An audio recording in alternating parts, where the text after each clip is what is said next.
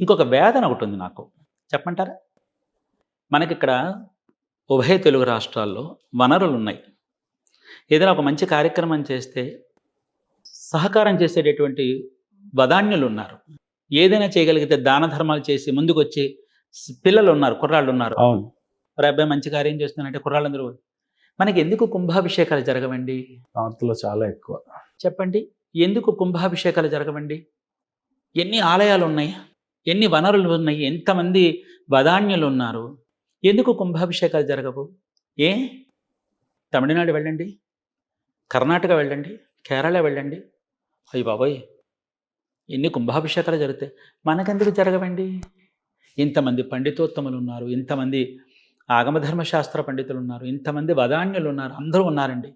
నేను మీ యొక్క ఈ సిగ్నేచర్ స్టూడియో ద్వారా నేను అందరినీ కూడా శిరస్సు వంచి వేడుకుంటున్నది ఏంటంటే, మన ఉభయ తెలుగు రాష్ట్రాల్లో కుంభాభిషేకాలు విరాజిల్లిపోవాలని కోరుకుంటున్నానండి. తప్పకుండా జరుగుతాయని. విరాజిల్లిపోవాలి.